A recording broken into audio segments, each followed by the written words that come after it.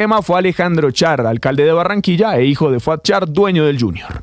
Estamos muy felices todos con lo que se está adelantando, la institución, el Junior, Cristian está empujando muchísimo. Casualmente acabo de tener una conversación, una conferencia con James. A James le llegaron propuestas de Italia, de la MLS y del Sevilla de España. Lo de Boca Juniors de Argentina está frío, pues aún no pasa del interés que tienen por el colombiano.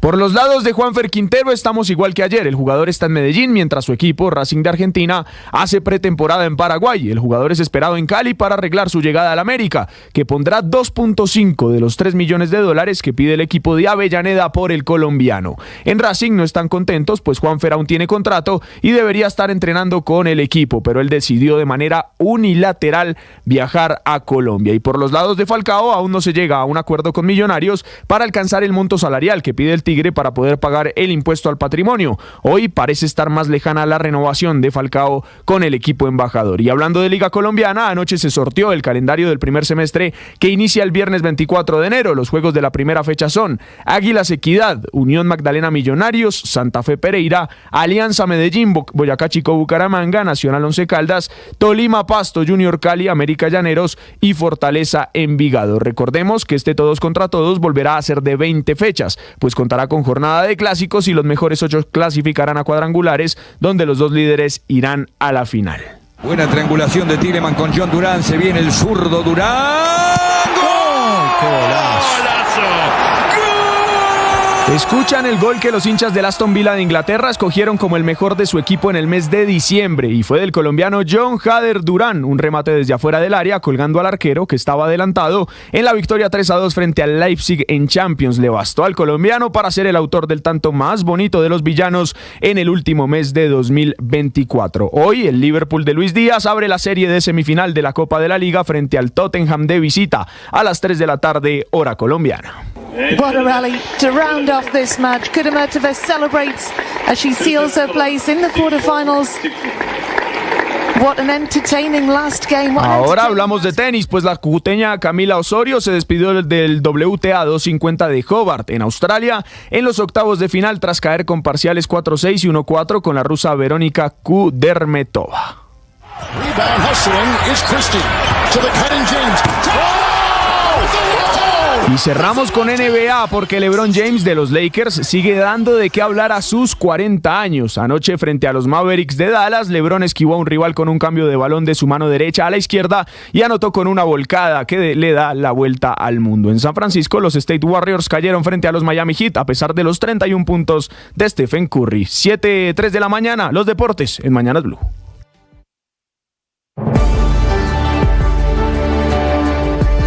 Hoy quiero invitarte a ti a hacer conciencia de que en tus manos está elegir cómo hacer la vida. Siempre estamos enfrentados a bifurcaciones y elegimos libremente, conscientemente, cuál camino tomar, cuál es el sendero, porque de allí depende a dónde lleguemos, obviamente. Muchas veces se nos olvida eso y creemos que somos esclavos de los elementos externos. Y no es cierto. Nos influyen, sí, pero no nos determinan. Somos nosotros, desde nuestra capacidad de decidir, de elegir, los que asumimos este camino o este. Hoy te invito a elegir el camino que te lleve a la felicidad, que te haga vivir en felicidad. Hoy te invito a ser libre responsablemente y a dar lo mejor de ti, para que cuando siga avanzando la vida, tú puedas sentirte orgulloso de vivir esta vida que vale la pena ser vivida. Tú sabes. 1 millón. 1 millón. 1 millón de noticias, sueños, emociones. 1 millón de seguidores. 1 millón de seguidores. 1 millón. Decirlo suena fácil. Lograrlo es de trabajo. Mucho trabajo. Ya somos más de 1 millón de suscriptores en nuestro canal de YouTube. Y sumando 1.010.000. Sumando 1.020.000. Y sumando. Blue, más que radio. Llegó la hora de fluir con el planeta. Y actuar para proteger las reservas de agua que nos quedan. Día a día podemos hacer algo para unirnos a la corriente del cuidado del agua. no es un chiste. Debemos cuidar el agua. Unirnos a la corriente de las acciones sostenibles hará la diferencia. Esta mañana en Colombia, 7 de la mañana, 5 minutos, hay un intenso bombardeo de Israel sobre la franja de Gaza. La última víctima, dramáticamente, es un bebé de apenas 15 días de nacido. En el fondo, un intento de negociación, de liberación de rehenes y de un alto al fuego. Desde Europa, sobre la guerra en el Medio Oriente, Silvia Carrasco. Buenos días, Néstor. En ataques ocurridos antes del amanecer, las fuerzas israelíes han bombardeado Gaza, matando al menos a 40 personas, entre ellas 2 bebés. Uno de esos bebés tenía apenas 15 días de nacido. Horas antes, en otro bombardeo israelí sobre el campo de refugiados de Al-Mawasi, murieron también otros 5 niños. El director general de la OMS, Tedros Adhanom Ghebreyesus, usó su cuenta de X para llamar la atención sobre la muerte de niños en Gaza, no solo por los bombardeos, sino que también por las bajas temperaturas del invierno. El mensaje dice lo siguiente: al menos 7 niños recién nacidos murieron por hipotermia en Gaza en diciembre y más están en peligro, y agrega: todos los menores merecen un comienzo saludable y seguro en la vida, pero en Gaza los niños están pagando el precio de la guerra con sus propias vidas. Alto al fuego, concluye el mensaje del director general de la OMS.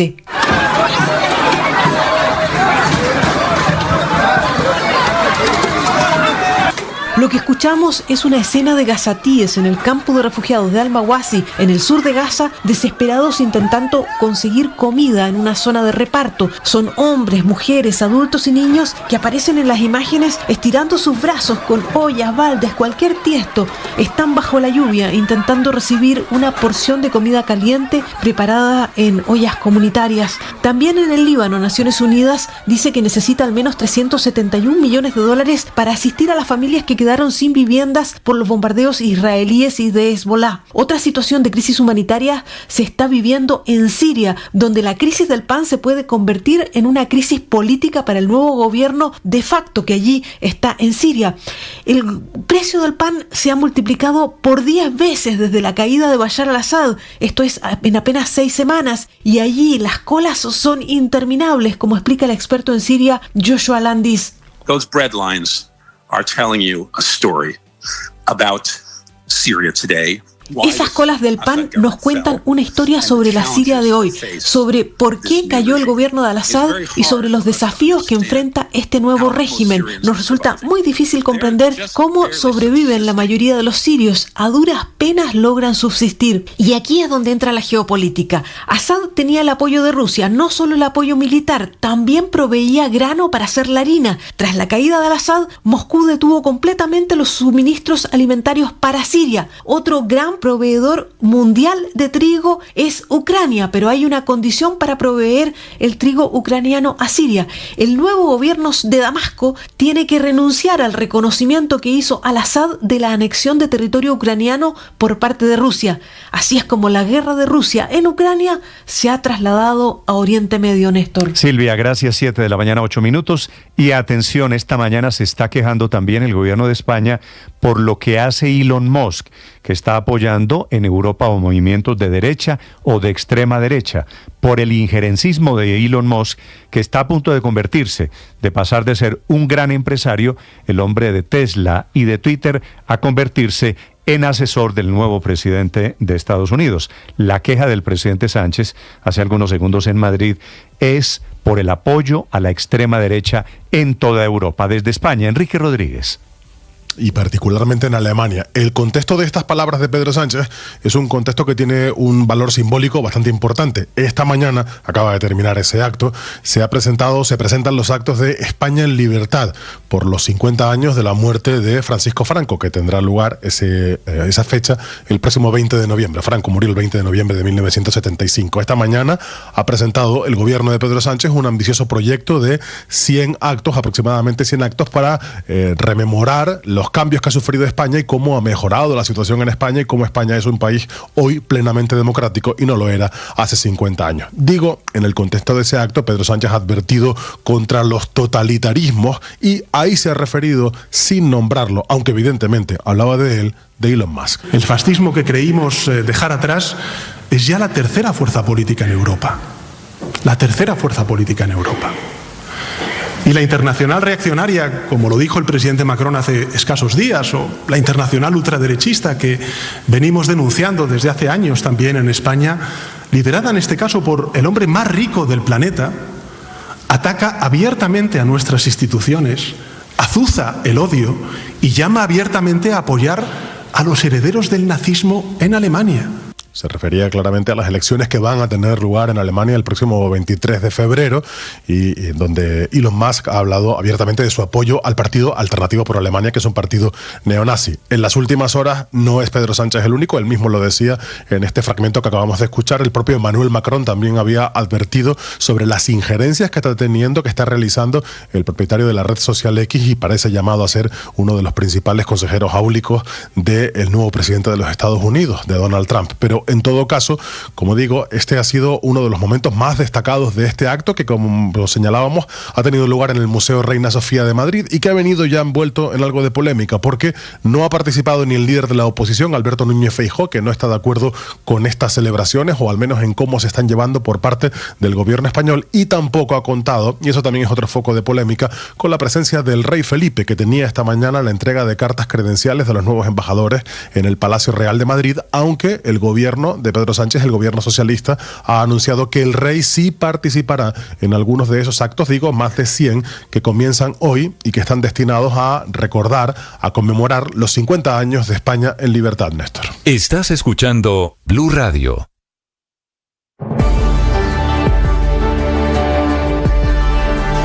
Ahora usted puede opinar. ¿Qué es una buena noticia en medio de tantas emergencias? Gracias a los más de 2.100.000 personas que hoy posicionan a Blue nuevamente como la emisora número 1 de los colombianos. Es un gusto saludarlos. Gracias por escuchar. Esta carta que recibe el presidente Gustavo Petro es firmada, Felipe, por cancilleres, empresarios, académicos, gente de diferente procedencia política, diciéndole al presidente Petro, pidiéndole que no asista nadie del gobierno colombiano a la posesión de Maduro esta semana en Venezuela. Le dicen los colombianos, le expresan esta carta su desacuerdo. Pocas posibilidades me parece que el presidente cambie de opinión hoy. Pero Felipe, anoche hubo una reunión, según ha podido confirmar Catrina Ávila, editora política de Presidencia de Blue Radio, una reunión del canciller Luis Gilberto Murillo y el presidente Gustavo Petro, discutiendo si finalmente el embajador Milton Rengifo asiste o no al acto de posesión, porque Rengifo, el embajador, entre otras cosas, está en vacaciones. Él tendría que suspender sus vacaciones para estar el viernes en Caracas en el acto de posesión de Nicolás Maduro.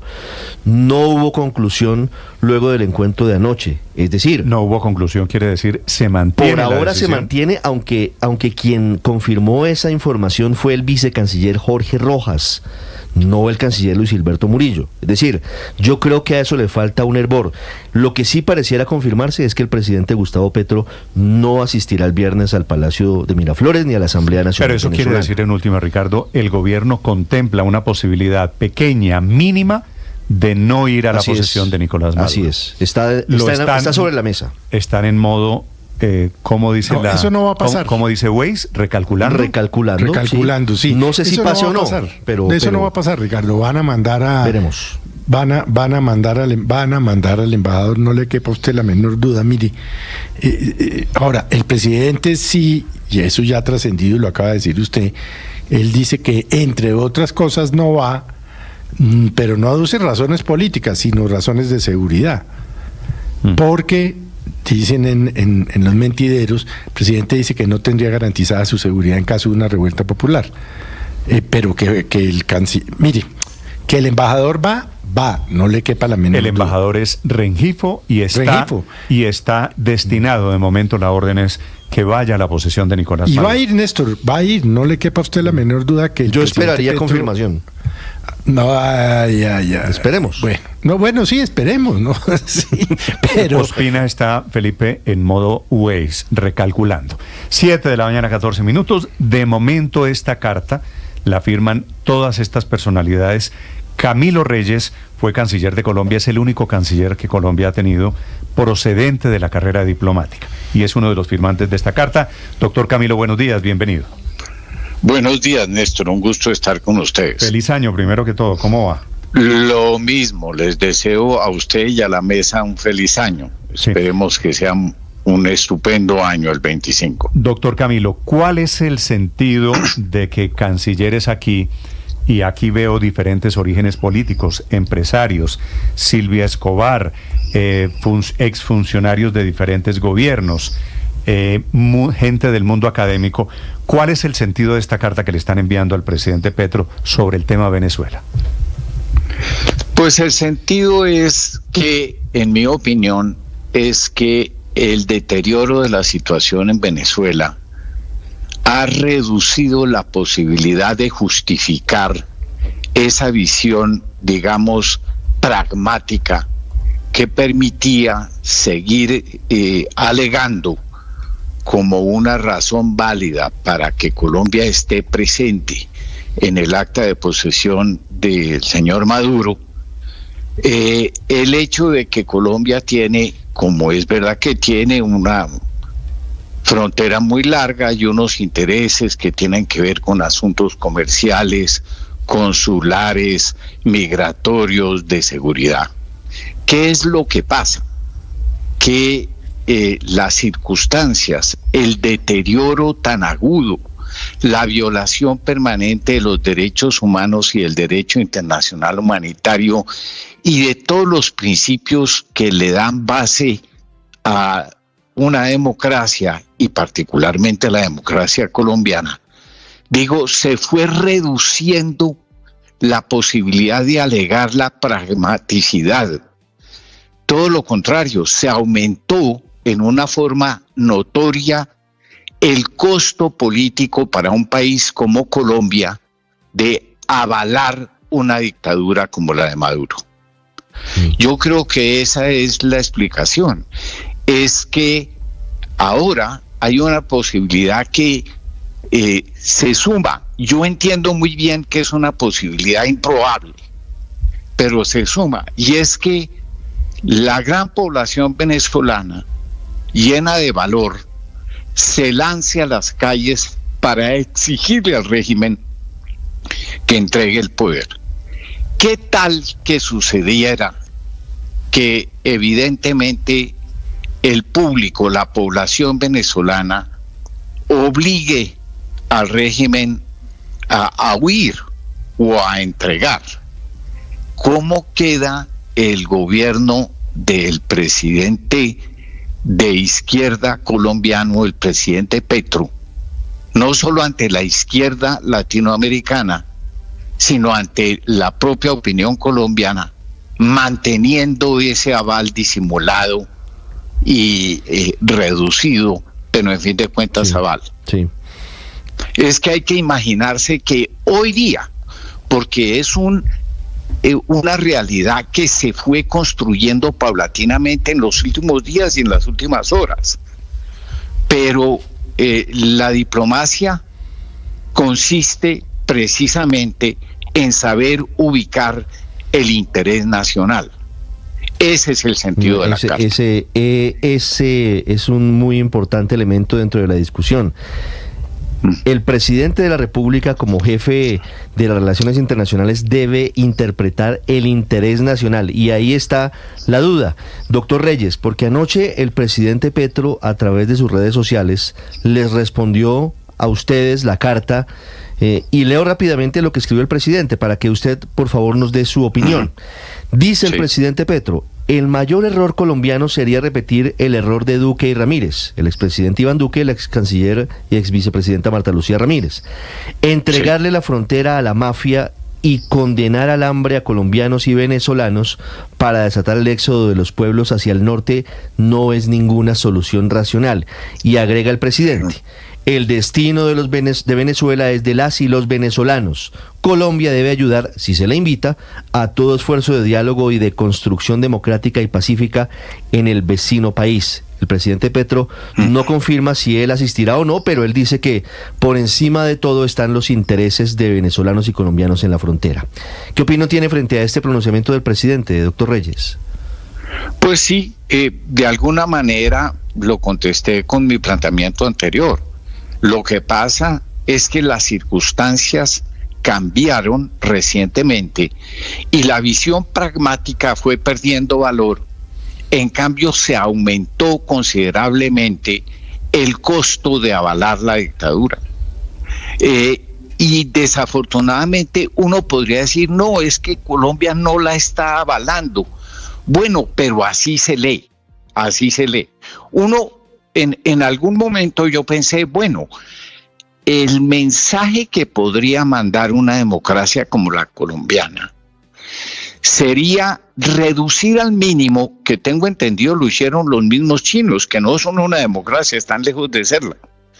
Fue reducir al mínimo el nivel del envío del representante colombiano. Entonces, bueno, que el señor embajador siga de vacaciones sería una muy buena decisión, no interrumpirle las vacaciones al señor embajador, y que vaya un tercer secretario.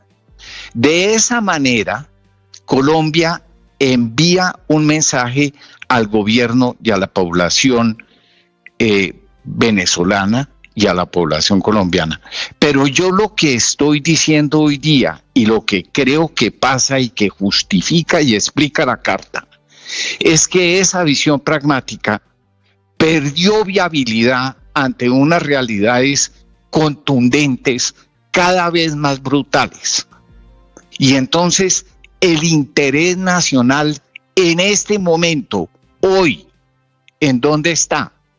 En que Colombia tenga una posición digna, de altura, ante el 90% de la población venezolana. Claro, doctor Reyes, si bien es cierto, y eso lo dice la Constitución, que el presidente de la República es el jefe de las relaciones exteriores, el presidente de la República tiene varios órganos consultivos.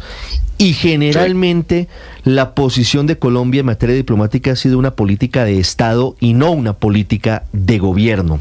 Y la carta que usted firma con otros 580 ex cancilleres, ex funcionarios, habla de algo que quisiera preguntarle si hoy sería viable como están las cosas, y es la necesidad de la convocatoria de la Comisión Asesora de Relaciones Exteriores por parte del presidente de la República.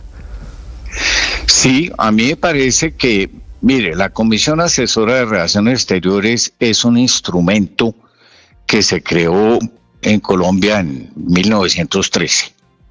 La crearon temporalmente para que recogiera opinión política y técnica del gobierno de entonces alrededor de la conveniencia de la firma del Tratado Urrutia-Thompson, que iba a, y que logró, digamos, normalizar la relación entre Colombia y los Estados Unidos de América después de la pérdida de Panamá. Ese instrumento ha tenido una vigencia, después se volvió permanente. Hoy día la rige una ley que, si no me equivoco, es de 1993 y ha tenido diferentes cambios. Pero desafortunadamente también hay que decir esto, su convocatoria y aplicación ha tenido muchos altibajos. Y últimamente ha sucedido una cosa que en mi opinión no es muy conveniente, es que se crearon diferentes niveles de reuniones de la Comisión Asesora. Entonces hay una reunión que es solo consultiva y hay otra que es solo informativa. La Comisión Asesora es convocada, pero no tiene resultados vinculantes para el Estado colombiano. El presidente, de acuerdo con la Constitución, y su canciller son los que toman las decisiones finales. La Comisión Asesora sirve para que se retroalimente la visión del gobierno y del Estado desde recogiendo otros puntos de vista. A mí me parece que sería más que válido que la convocara el señor presidente, y sería muy importante que se alcanzara a recoger esa opinión de tantos colombianos que hoy día estamos pendientes de lo que decida hacer Colombia. La Comisión Asesora efectivamente es también destinataria de esta carta, como lo son miembros del Congreso de Colombia, como es el presidente Gustavo Petro, diferentes destinatarios en esta carta, repito, muy respetuosamente 580 personas, que termina la carta diciendo: expresamos nuestra solidaridad con el pueblo venezolano en su lucha por recuperar la democracia. Defender la democracia no es solo una opción, sino una obligación. Y viene la firma de estas 580 personas. Doctor Reyes, un gusto saludarlo. Gracias. Mil gracias, Néstor. Le agradezco mucho, muchas gracias a la mesa y un saludo a todos. A usted, muy amable. Felipe, ¿posibilidades de que el presidente Petro cambie de opinión producto de esta carta? Ninguna.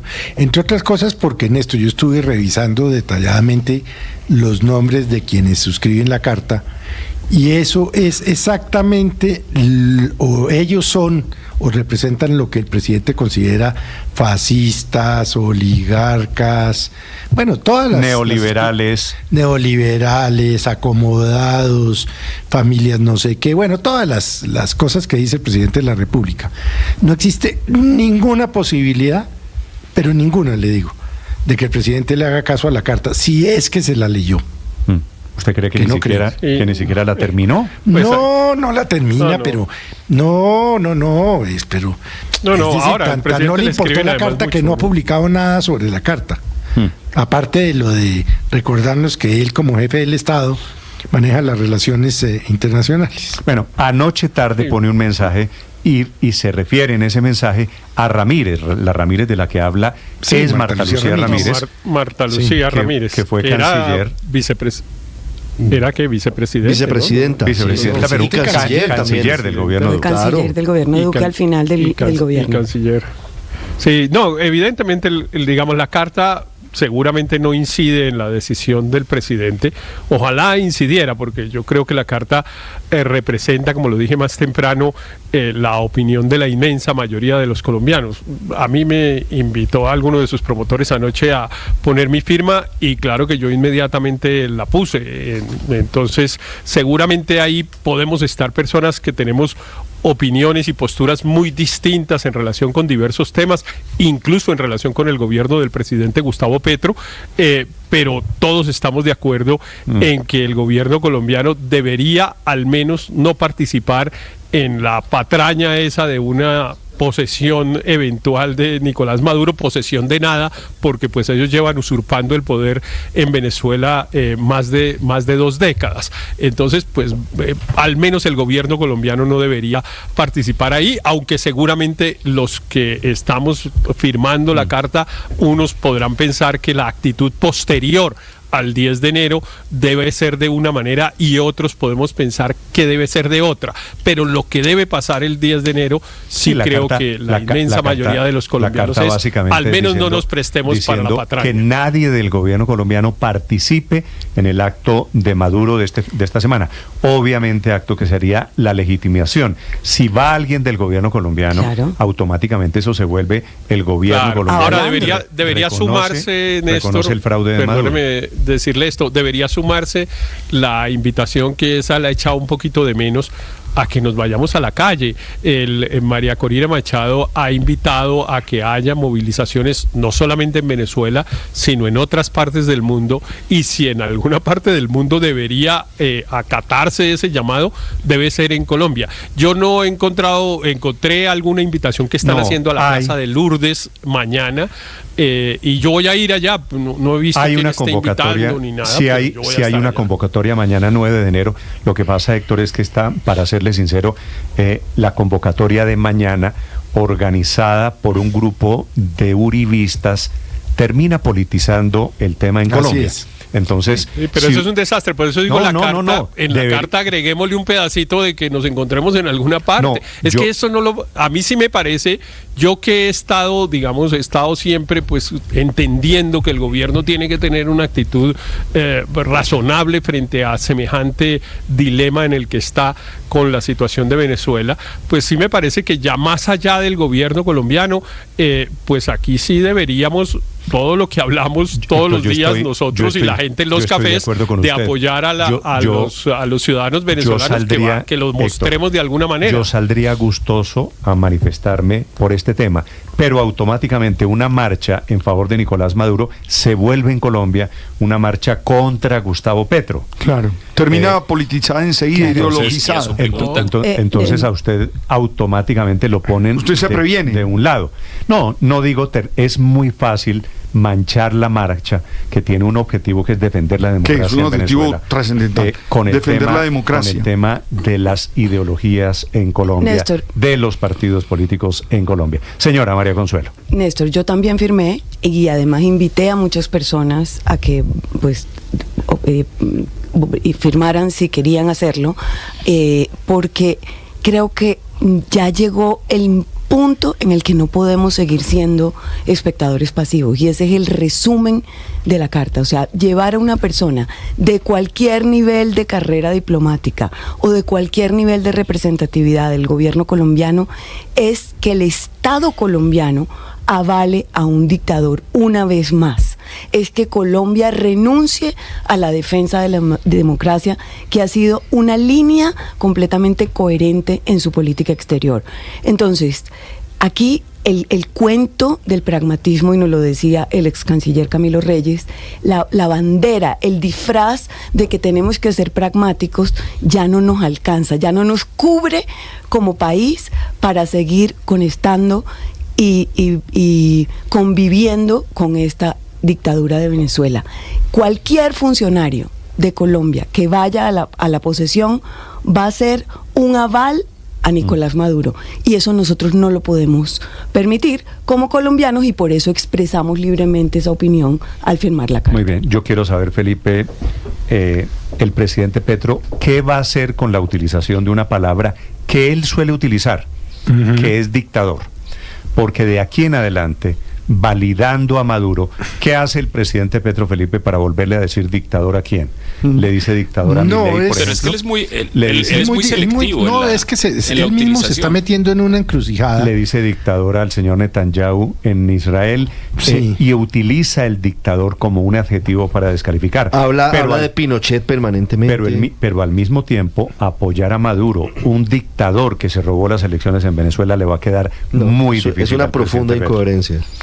Bueno, opiniones para quien quiera opinar sobre qué debe hacer el gobierno colombiano. Estamos en la víspera del acto de posesión del señor Nicolás Maduro en Venezuela. Veo en redes sociales aquí, Felipe, que todavía algunos amigos del petrismo todavía están en plan de defender a Nicolás Maduro. Pues poquitos defensores tiene en Colombia, pero todavía tiene defensores. Pues sí.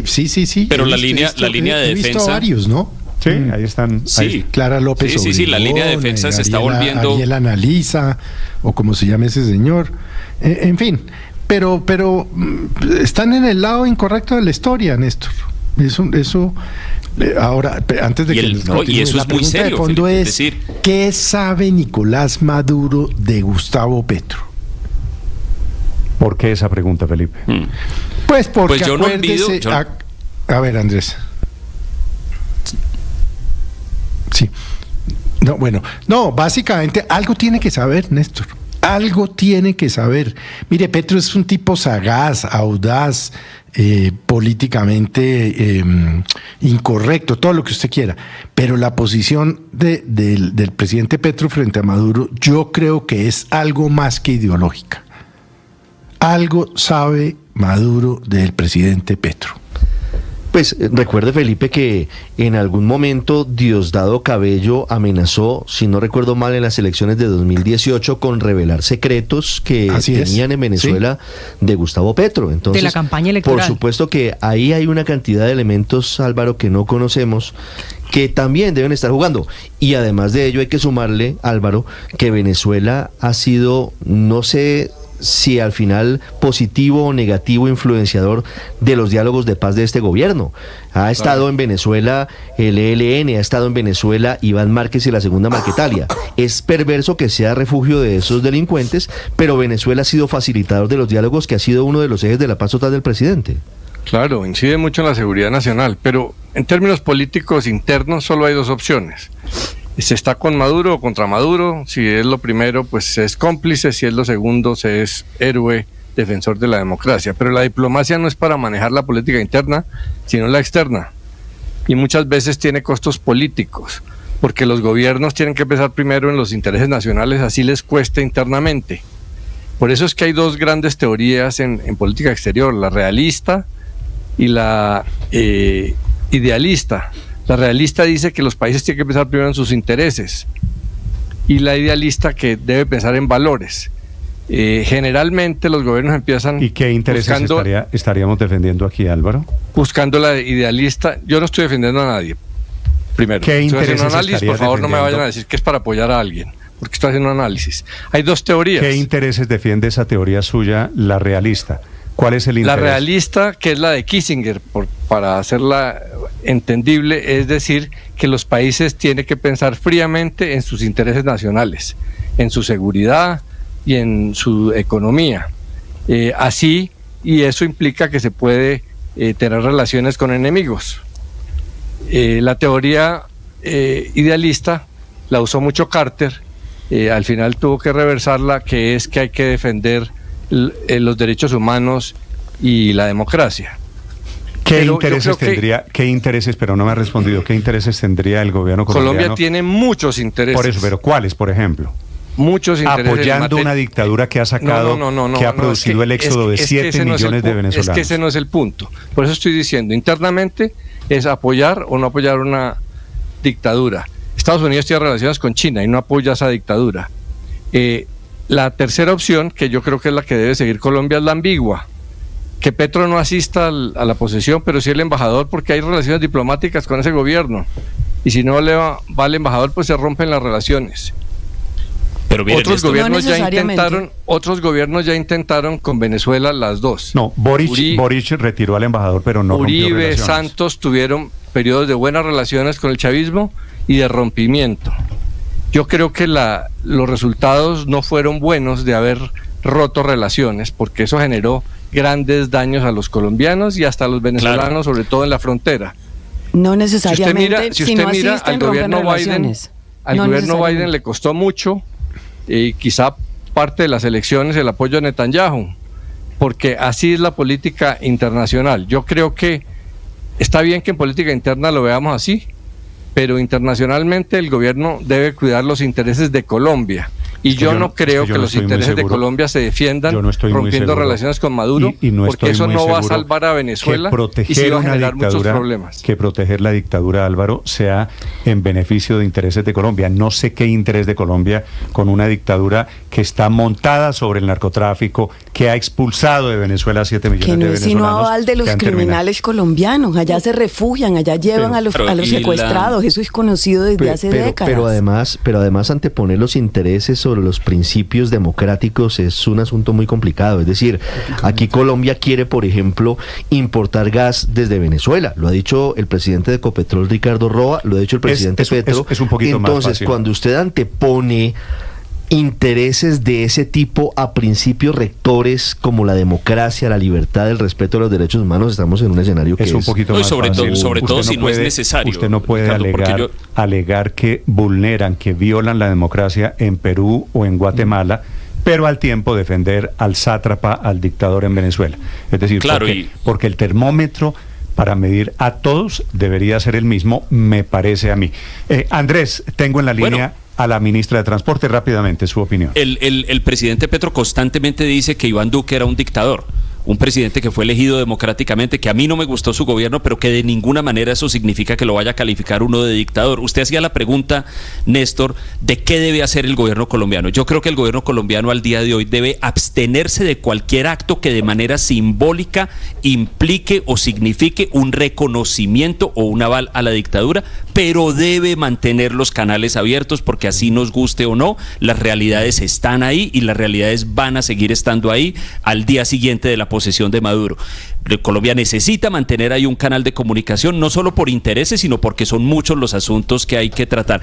Pero al día de hoy, sobre todo, mientras va escalando más, como efectivamente está pasando con el paso de las horas, esa escalada criminal del gobierno de Maduro, sí creo que es importante que el gobierno colombiano se abstenga de cualquier acto, incluida la participación del embajador que hace un par de semanas yo defendí aquí como opción pragmática, al día de hoy me parece que ya eso es inviable. Andrés, discúlpeme un segundo. En 30 segundos saludo aquí a la ministra de Transporte para hablar del aumento, el permitido, el negociado en el precio de los peajes y de las concesiones. Estás escuchando Blue Radio.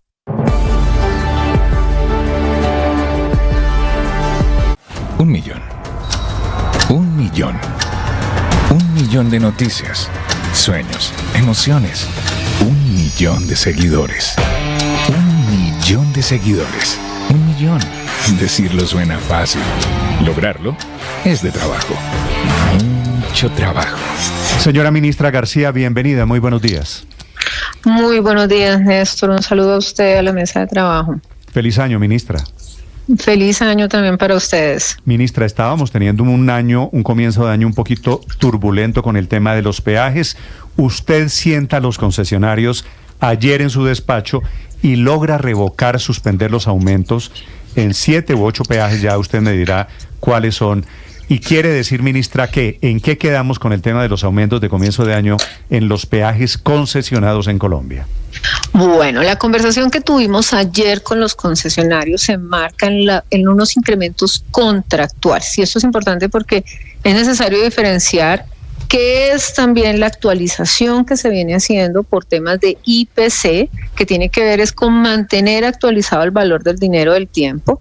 Y tuvimos, en total son 22 peajes de 12 concesiones, los que tienen hoy este derecho o tienen estas resoluciones que les permiten hacer estos incrementos contractuales, incrementos que fueron pactados desde las estructuraciones y que están definidos en los contratos. Por eso además los llamamos incrementos contractuales.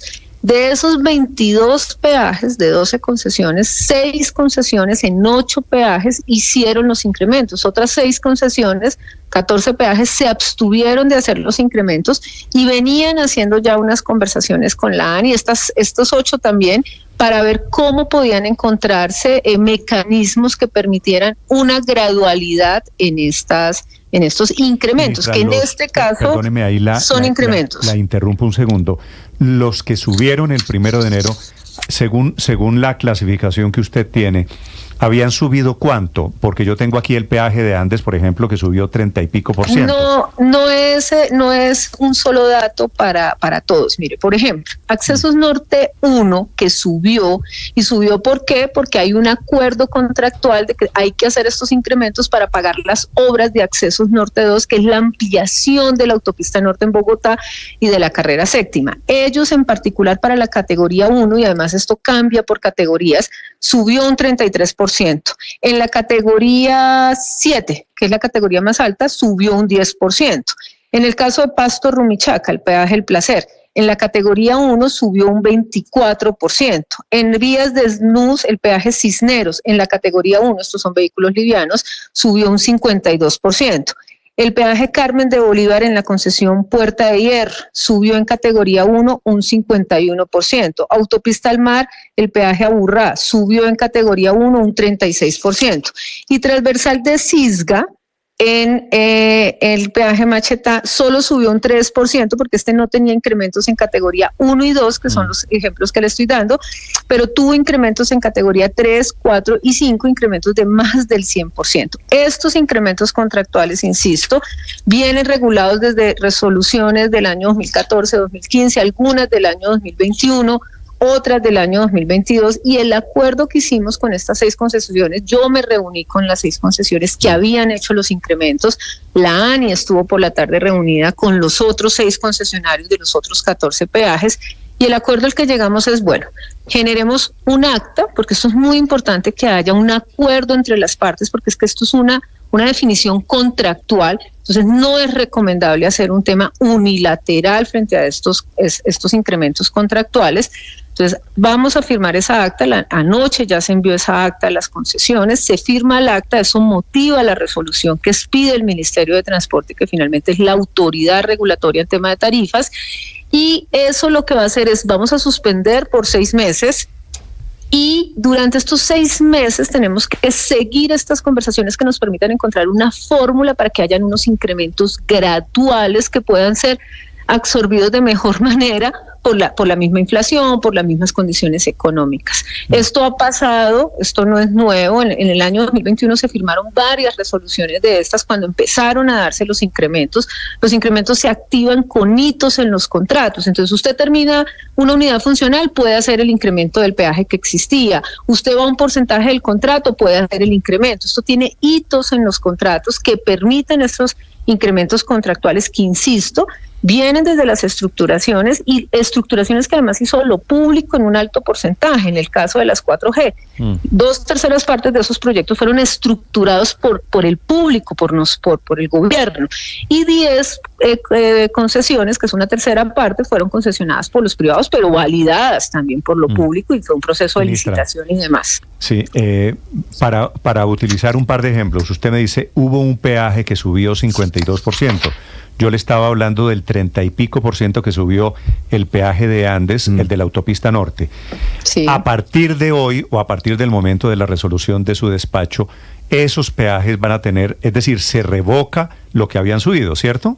El incremento contractual. Sí, claro. O sea, nosotros el 31 de diciembre... O sea, no sube 50 y pico %, sino sube 2.7. No, solo el IPC 2.7 que ya subió, pero también recuerden que una vez se conozca el valor del IPC del año 2024, la resolución que expedimos, pues ya también permite hacer ese incremento. Pero, y no quiero usar la palabra incremento en el IPC, sino la actualización de las tarifas con el IPC, porque finalmente lo que pasa es que se pierde valor del dinero. Pero quiero entender, ministra, si me perdona, a cambio de que un concesionario de una vía renuncia a subir el peaje 50 y pico % o 30 y pico % o 20 y pico %, que era lo que habían subido estos señores hasta hoy. Bueno, Nelson, a cambio, aquí no es un tema, a cambio de qué, sí, estamos hablando aquí hay unos riesgos. Estos contratos de concesión que de por sí, debo decir, son bastante complejos, tienen riesgos financieros, riesgos sociales, riesgos ambientales, riesgos prediales. Esto es un riesgo, lo que nosotros hoy estamos viviendo es un riesgo social y la conversación no es de ahorita. Yo creo que ustedes han seguido en las noticias, tengo conversaciones en Turbaco, tengo conversaciones en Papiros, tengo conversaciones aquí en el Meta, tengo en este momento talanqueras levantadas en los peajes de la IP Malla Vial del Meta, en el peaje de Restrepo, en la IP Villavicencio, Yopal, el peaje Contadero no lo hemos podido instalar en Pasto Rumichaca, en Barranca Bermeja, Bucaramanga, Yondó. Tengo 3 peajes que no hemos podido instalar. En vías del NUS, el peaje en Iquía fue vandalizado. En Río Negro tengo otro peaje vandalizado. En días pasados me levantaron talanqueras en Curití. Luego aquí hay un riesgo social que también está contemplado en los contratos. Entonces aquí lo que hay es un acuerdo y un llamado de las partes. Sentémonos, busquemos las fórmulas. Estos contratos, como estos son riesgos que fueron previsibles dentro del contrato, estos riesgos además en el contrato dice cómo se tienen que manejar. Aquí hay fórmulas de compensación, hay subcuentas de compensación y lo que vamos a buscar es, bueno, modelemos los números, miremos esto, cómo lo podemos hacer con una gradualidad. Se ha hecho en el pasado, debo decirlo también, y busquemos cuál es esa mejor fórmula que nos permita. Yo creo que aquí hay algo que es muy importante para todos y es que nos permita una estabilidad en estos negocios que son de largo plazo, y eso es precisamente, y yo creo que por eso los concesionarios de una manera abierta, consciente, pues llegamos al acuerdo que pues ayer pactamos. Usted les dijo a los concesionarios, por razones de responsabilidad social, hay que bajar, hay que revocar los incrementos del 1 de enero. Pues mire usted, Néstor, que hubo 14 peajes que no subieron, hubo otros 6 concesionarios que no subieron. IP Autopistas del Caribe no subió los contractuales. Acá Bogotá Villavicencio no subió los contractuales. Pacífico 2 podía subir en un peaje La Pintada, no subió el contractual. Supía en Pacífico 3 no subió el contractual. Magdalena 2 no subió el contractual. Hubo 14 concesionarios que no subieron. Tuvimos 8 peajes que subieron, 6 concesionarios, y efectivamente yo ayer hablé del riesgo social. Este es nuestro día a día. Sí. Aquí se me olvidó aquí San Luis de Gaceno también en transversal del Cisga. Entonces sí creo que pues hay claramente un entendimiento. Esto también debo decir, los concesionarios ya venían hablando con la ANI. Esto no fue que ayer nos sentamos. ¿Qué fue lo que pasó? no se logró suscribir un acuerdo, porque es importante que haya un acuerdo para motivar una resolución y que esto después también no se convierta en algo que el concesionario pueda en el futuro demandar al Estado colombiano porque de manera unilateral tomó una decisión y modificó un contrato. Por eso era tan importante que sea a través de un acuerdo. Claro, que fuera bilateral, ministra. Allí está el riesgo social. El riesgo social son las alzas desmedidas, el riesgo social son las protestas y paros que anunciaron el paro de camioneros, los que estaba a punto de llegar. Ministra, suspenden este incremento, pero al final va a tener que darse seguramente. Durante estos 6 meses usted dice que van a evaluar las fórmulas para que se haga ese incremento. ¿Cuáles van a ser los estándares? ¿Cuáles van a ser los parámetros que van a tener en cuenta para hacer este aumento? No de un totazo como se dio aquí en estos 6 casos, entre ellos un aumento del 34%, otro nos cuenta usted de más del 50%. ¿Cómo se va a hacer ese aumento para que sea suave, paulatino y no sea de un solo golpe? ¿Y cuáles van a ser los criterios para que se haga de qué forma? Bueno, miren, ayer era importante cuando empezaba pues la conversación con los concesionarios. Ellos decían, y es evidente, así lo entendemos, cada concesionario tiene sus propias características y sus propias condiciones. De estos 8 peajes, 6 concesionarios, 5 son de concesiones de iniciativa pública.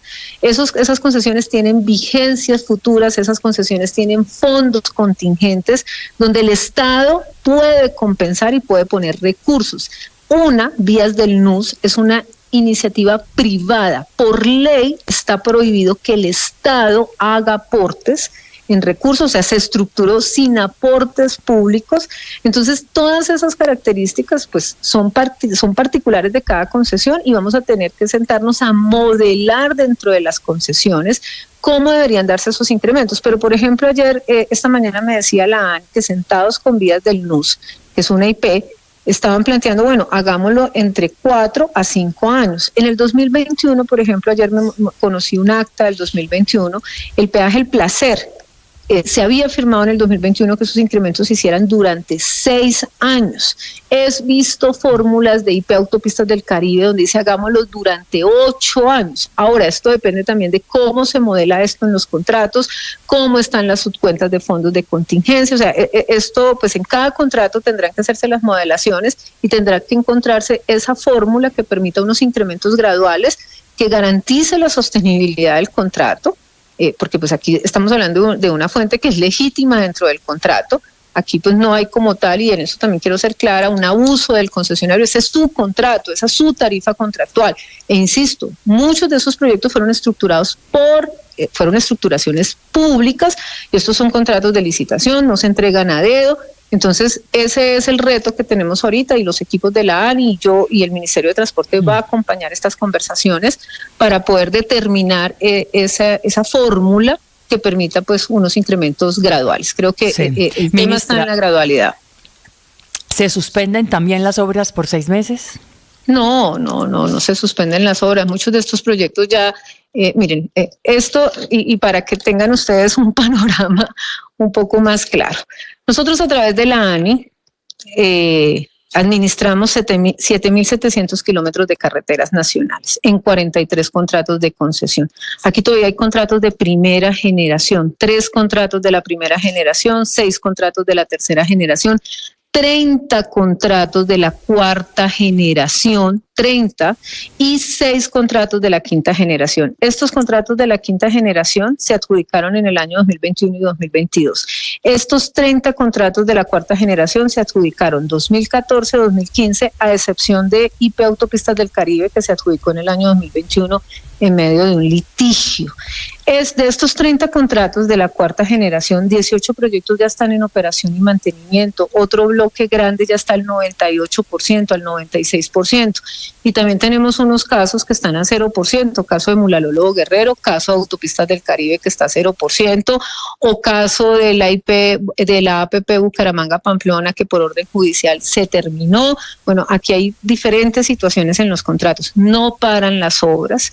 Este modelo permite además, el concesionario sigue haciendo sus inversiones, y esto también es importante. Estos recursos de peajes no entran directamente a los concesionarios, esto entra a fiducias, esto tiene fórmulas de retribución, hasta tanto no se terminan las obras, no se reconocen las retribuciones.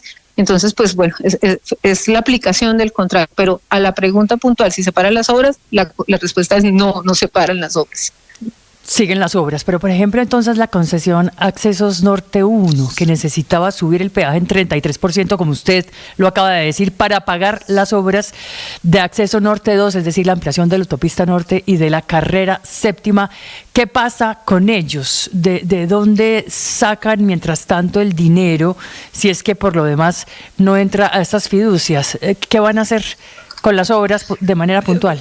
Mire, ayer que nos explicaba, ayer estuvieron acá tanto Accesos Norte 1 como Accesos Norte 2. Quien administra los peajes es Accesos Norte 1 y de esta administración de peajes se lleva un 37% para cubrir las obras de Accesos Norte 2. Pero hoy hay plata en fiducias. Hoy toda la plata que se ha ido girando, hablaban y me puede ahorita fallar la memoria y dar un dato impreciso, pero hablaban de que hoy hay 800.000 millones de pesos ya guardados en fiducias, que no los tienen las concesiones, y eso es importante. Las concesiones no reciben estos recursos y se vuelven caja de ellos. Estos recursos van entrando a las fiducias y solo se le entregan al concesionario cuando él termine las obras. Entonces, cuando ellos terminen de hacer sus obras, es que tienen el derecho a la retribución. Y así está establecido en los contratos. Entonces, hoy ahí hay unos recursos, pero adicionalmente estos modelos de concesión, estos modelos de APP, pues quien hace las primeras inversiones es precisamente el concesionario. Se va generando estos recursos y una vez se terminen, se cumplen los hitos, se hacen las retribuciones correspondientes tal y como hayan quedado pactadas en los contratos, y eso es un porcentaje por unidad funcional. Sí, ministra, pero la suspensión del aumento en el cobro de estos 8 peajes por 6 meses, que es el anuncio que hace el gobierno, ¿no termina convirtiéndose al final en posponer el golpe, en aplazar el golpe, ministra? Bueno, yo creo que primero, pues eso de posponer y aplazar el golpe, no, miren, de esto se trata, es administrar esto. Esto no es, y lo decía yo escribí una columna donde decía, pues a nosotros aquí nos toca ver el bosque. Probablemente algunos ven solo su concesión, su arbolito, nosotros tenemos que ver el bosque, y yo he llamado mucho la atención frente a nuestro equipo de ANI y del Ministerio de Transporte, y es aquí todos los riesgos hay que ponerlos sobre la mesa. Miren, yo les pongo un caso. En Río Negro nosotros tenemos un peaje que fue vandalizado y no lo hemos podido volver a implementar. Vías del NUS en el año 2021 le vandalizaron un peaje que es Niquía y hoy no lo hemos podido implementar.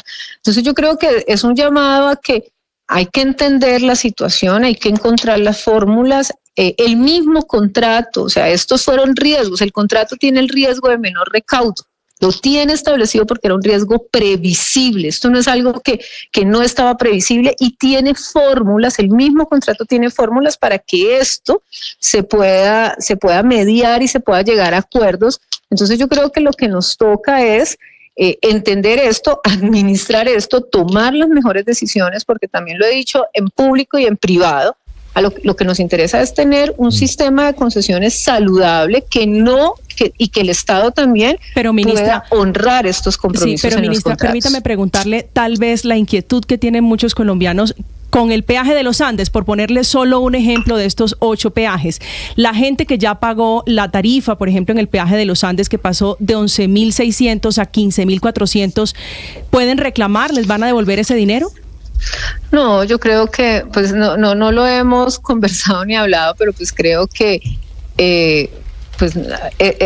cuando se dio la tarifa, cuando se dio el cobro, pues se dio de una manera legítima. Creo que pues ir a reclamar 4.000 pesos, pues creo que no hace sentido, ¿no? Igual esos recursos entran a la fiducia, esos recursos van allá y quedan guardados para poder honrar los compromisos de la concesión de Accesos Norte 2 que tiene la ampliación de Bogotá. No es retroactivo, se pagó, esa plata va para la fiducia, lo que ahora viene es la resolución para suspender ese incremento en los próximos días.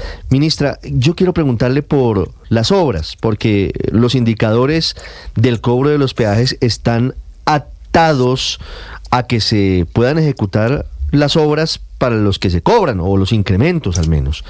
En el caso del peaje Andes, por ejemplo, ministra, que tiene como objetivo ese incremento financiar la ampliación de la autopista norte, pues la obra no se está ejecutando, entre otras cosas, porque su colega, la señora ministra de Ambiente, Susana Muhammad, todavía no ha dado vía libre con la licencia ambiental para que se ejecute esa obra. ¿Qué pasa con ese incremento? ¿Qué pasaría, por ejemplo, con esa evaluación del peaje Andes?